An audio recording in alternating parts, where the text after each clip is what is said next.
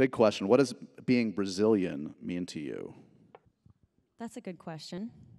I don't know. I just feel like it's this whole other part of my identity that I am still exploring, and I don't feel like I really got to explore until the last few years, honestly. I grew up in the South mostly. I moved around a lot as a kid, but I grew up in the South, and I didn't have that many peers that were Brazilian, so my access to Brazilian culture was through my family.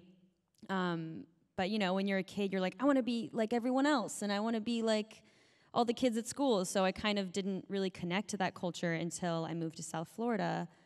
Well, actually, I lived in Brazil first, so that's probably when it started. But that was like around 11.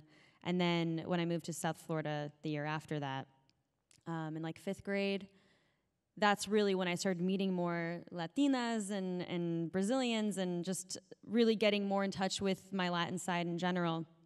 And, you know, bringing música into my life has also been this other awakening for me, where now I am with a Brazilian and I'm surrounded by more Brazilians, and I get to celebrate Brazilian culture cinematically and introduce that culture into my career.